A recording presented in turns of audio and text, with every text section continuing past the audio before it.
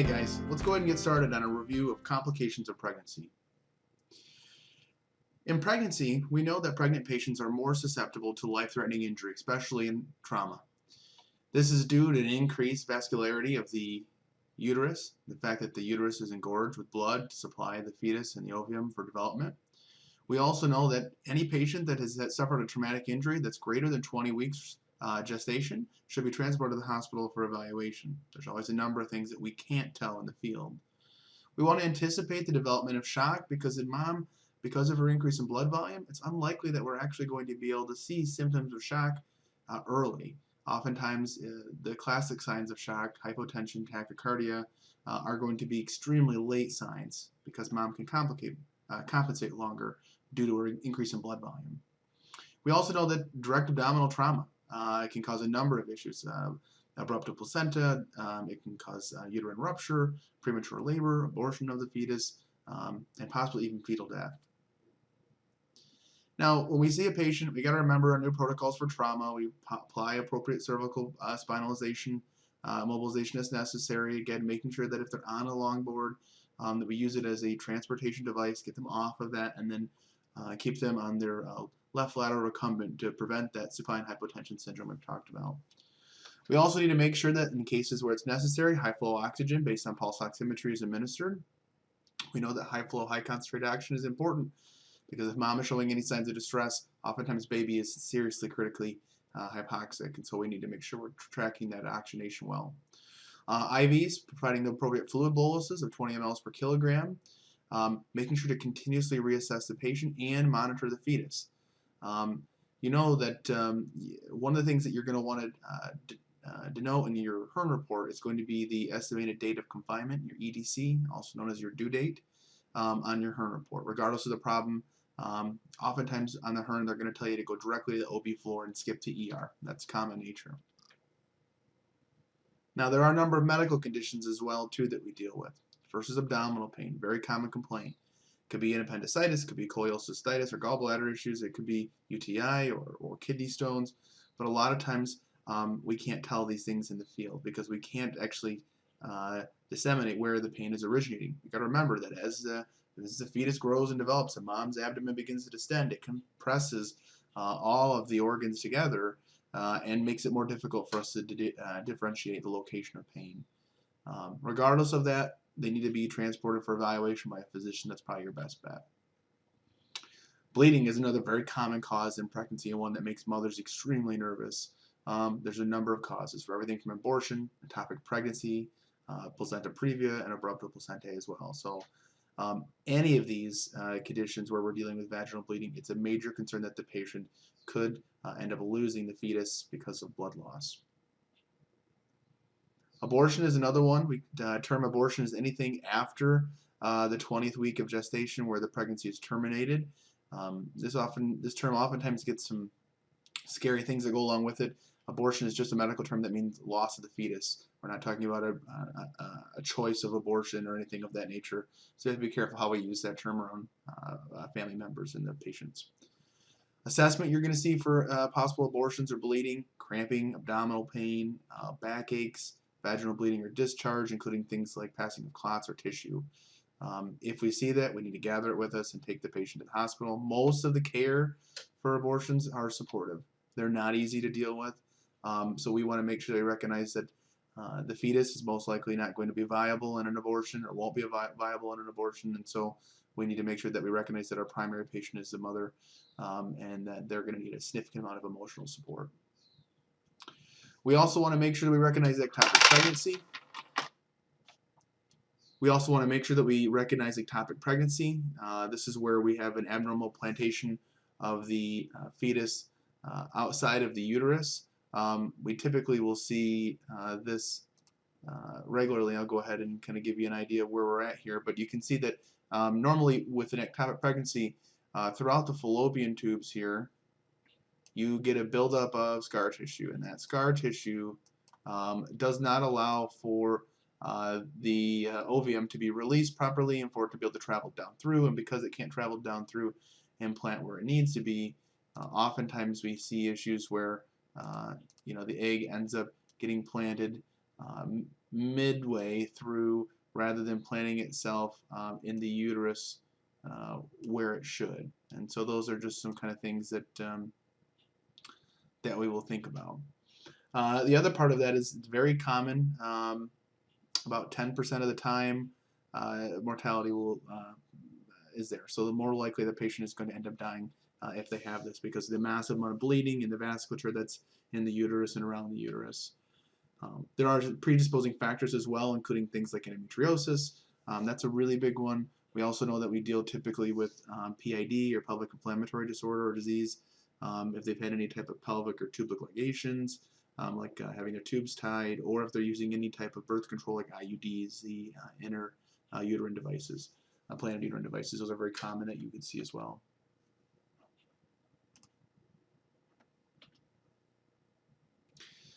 Most of the time for these folks, your assessment's going to be focused on abdominal pain. So as we talked about in our assessment lecture, really focusing on where the pain is, being conscious that if necessary, we're going to have to ask questions about if they're pregnant. Oftentimes these patients don't know if they are or not. This may be the first symptom that they're dealing with that's pointing out as a ectopic pregnancy. And any female patient of childbearing years should be asked if they're potentially pregnant. Just make sure you're doing it in appropriate locations. Again, things you look for is going to be a rigid abdomen. You're going to see rigid pain that intensifies, oftentimes it's unilateral, and then classic signs of shock, especially as the patient begins to deteriorate, hypotension, tachycardia. Remember, you may just see a slight increase in heart rate because you're going to be compensating quite well because of the increase in blood volume. Management, transport immediately, treat for shock.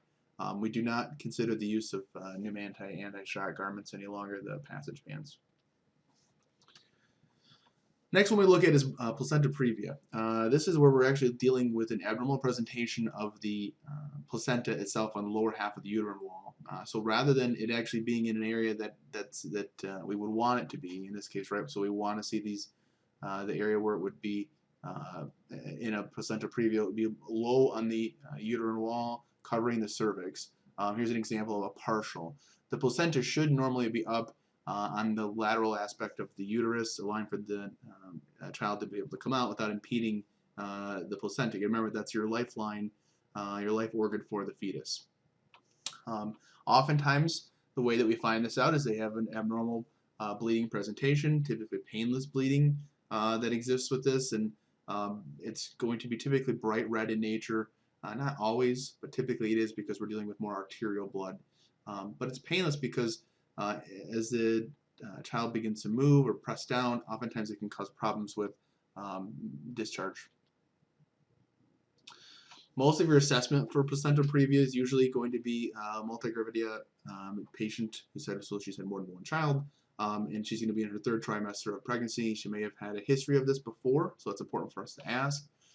We're also going to make sure that we understand if the patient's had any type of sexual intercourse recently or any type of vaginal examination done, because that can lead to this as well, because typically they're checking for the cervix, and if the placenta is covering the cervix, it poses an issue for bleeding.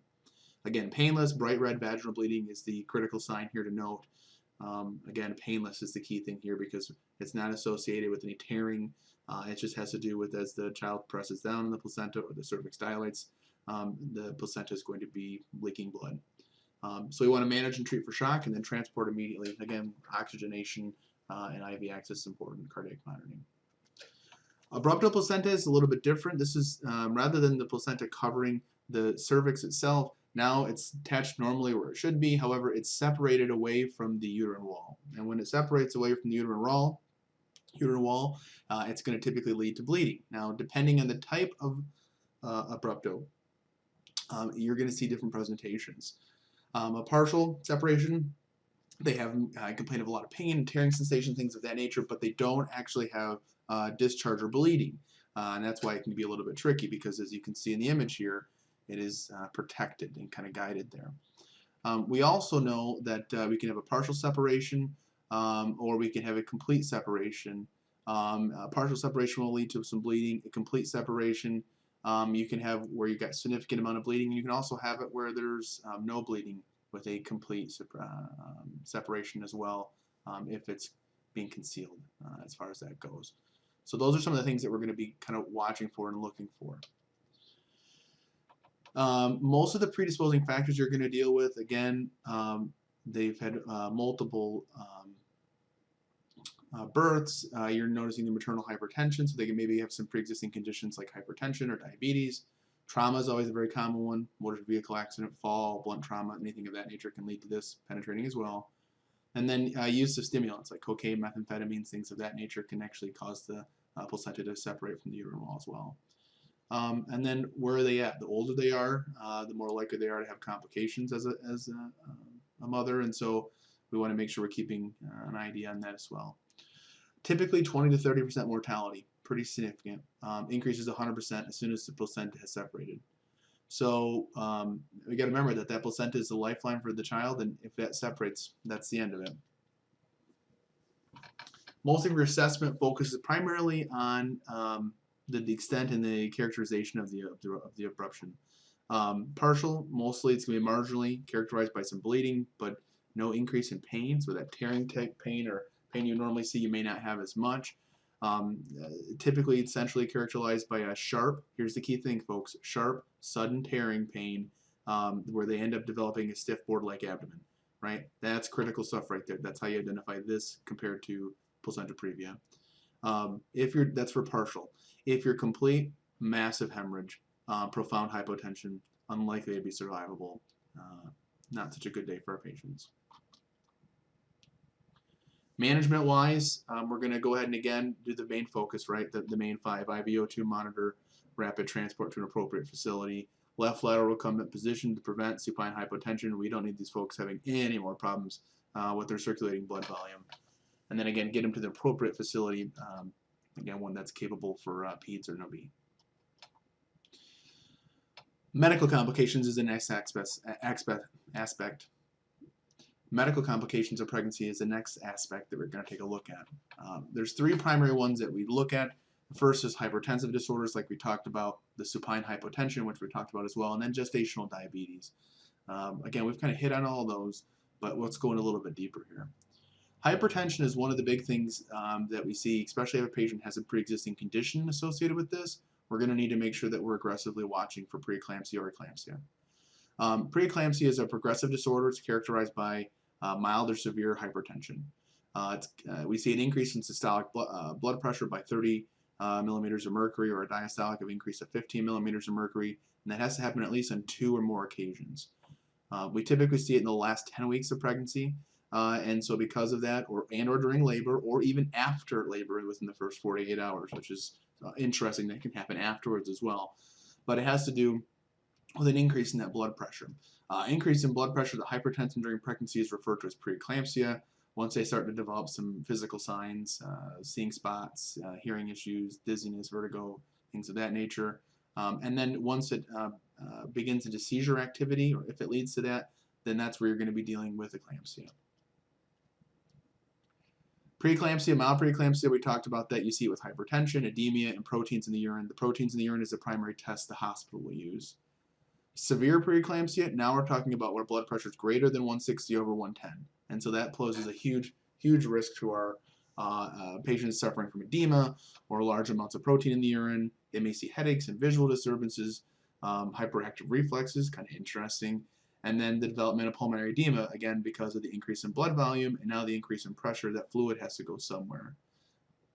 Typical treatment, keep the patient down. You'll know that a lot of times patients are saying when they're pregnant, well, I've been put on bed rest. That's typically because of hypertensive related issues.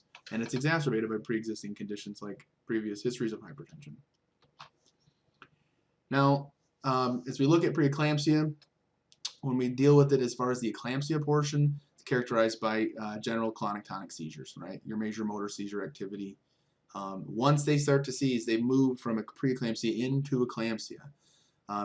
Usually the patient's going to have tons of edema. They're going to have marked elevated blood pressure. It takes a lot for them to get to that point, but we want to recognize it early, because if we can get drugs on board that will help, it'll make a difference. Mag sulfate's a primary indicator in the drug in this component. So we again see chronic hypertension. We're dealing with blood pressures 140/90 before the pregnancy or before the 20th week of gestation. They're going to be a candidate for eclampsia or preeclampsia. Again, we know that it has to do with edema and the protein in the urine. Those are going to be the two big things that are going to allow for us to recognize this. We can also have transient hypertension. This can be stress related, it can be activity related, but it's not going to last for long. It's only a temporary rise in blood pressure. So monitoring and getting serial vital signs is going to be important to determine if they're progressing in a good way or a bad way. Hopefully we're going to see a blood pressure level off if it's transient. Assessment, get at your history, do your physical exam, pay close attention to the edema, pedal edema, sacral edema, those areas. What do they look like? Do they look pale in color? Are they agitated or apprehensive? That could be a sign of hypoxia. Do they have any hyperactive reflexes? Not that we check very often, but that's an indicator if you're kind of on the fence. And then obviously vital signs of elevated blood pressure is going to be a critical one as part of our assessment. Management-wise, we're going to make sure that we go ahead and that we're focusing primarily on the hypertension. There's not much that we're going to do unless the patient actually goes into a seizure. We can consider, again, a calm environment, lower the lights, make them comfortable. The left lateral recumbent position is going to be great to help prevent that supine hypotension, get us some IV access going. And then we can consider some medications. Hydralazine is one that we can consider for hypertension. It's not something that we carry.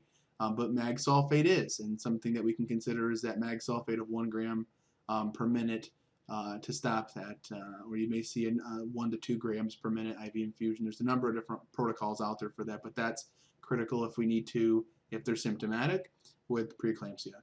Once they move to eclampsia, the biggest thing is focusing on keeping the fetus alive and stopping the seizure. We know that most benzodiazepines are X-listed for the use of pregnancy. But if the patient's seizing, we got to stop the seizing, because if they're seizing, they're not breathing effectively, and that's going to have an impact on the fetus. So we can consider things like Valium or Versed to go ahead and stop the seizure activity in them, Ativan, things of that nature. And then again, consider the mag sulfate as well, because that's going to be another indicator that can help stop that seizure activity as well.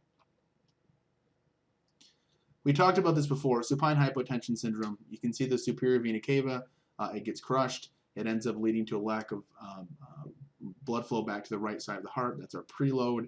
No preload, no afterload, no afterload, no pressure, no patient. And so we've got to make sure that we keep the mom on the left lateral recumbent or on their side, at least by a good 15 degrees or so. For this, most of the time, if you're dealing with a patient who's passed out or had any complications, they were laying flat, they had dizziness, they may have had some hemorrhage or some fluid loss, and that can lead to more problems with supine hypotension because the body can't compensate. Get them up on their side, get them some oxygen. Pay attention to fetal heart tones. It's hard to hear unless the environment is very quiet, but it's one way that you can try to determine if the fetus is in distress or not. And we'll talk more about that when we get into our neonatology lecture. And then transport again and keeping mom in that position for her comfort. Diabetes. This is the other big one that we had talked about. And so for this case, we know that hormonal influences are going to cause an increase in insulin production. We talked about this before initially. It has to do with an increase in tissue response to the insulin.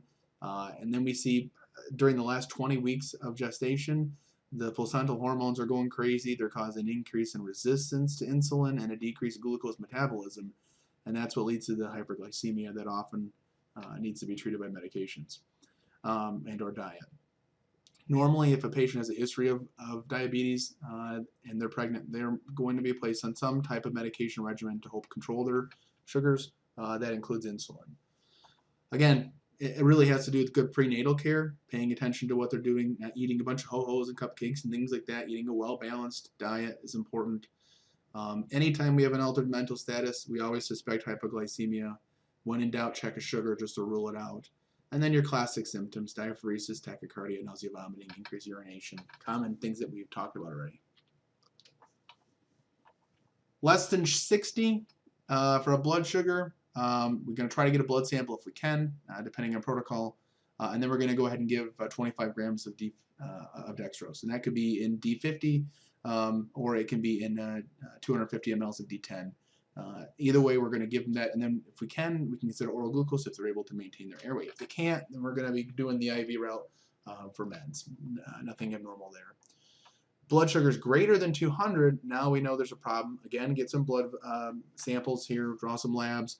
fluid is the key here, right? The solution to pollution is dilution, and so we're going to give our fluid bolus 1 to 2 liters. Paying close attention to patients' blood pressure, because if they are diabetic, having hyperglycemia, and they have a history of hypertension, oftentimes those go hand in hand. Too much fluid can put them into preeclampsia or to fluid overload, causing edema, pulmonary edema, things of that nature. So we got to be careful to give too much. Insulin is another one that they're going to need to receive most likely at the hospital since we don't carry it. Hicks, false labor. Biggest thing with Braxton Hicks is that it's typically due to dehydration. Fluid is probably the number one thing you can see here, and it's not going to be consistent in location. It's not going to be consistent throughout the uterus. It's typically in one portion of the uterus when we're dealing with that contraction, but it's almost impossible to determine if it's false labor or true labor in the field. They're going to have their cervix evaluated, and that's not something we do in the field. So pay attention to your timing, your contractions, your duration, your onset. Preterm labor. Most of the things we're dealing with have to do with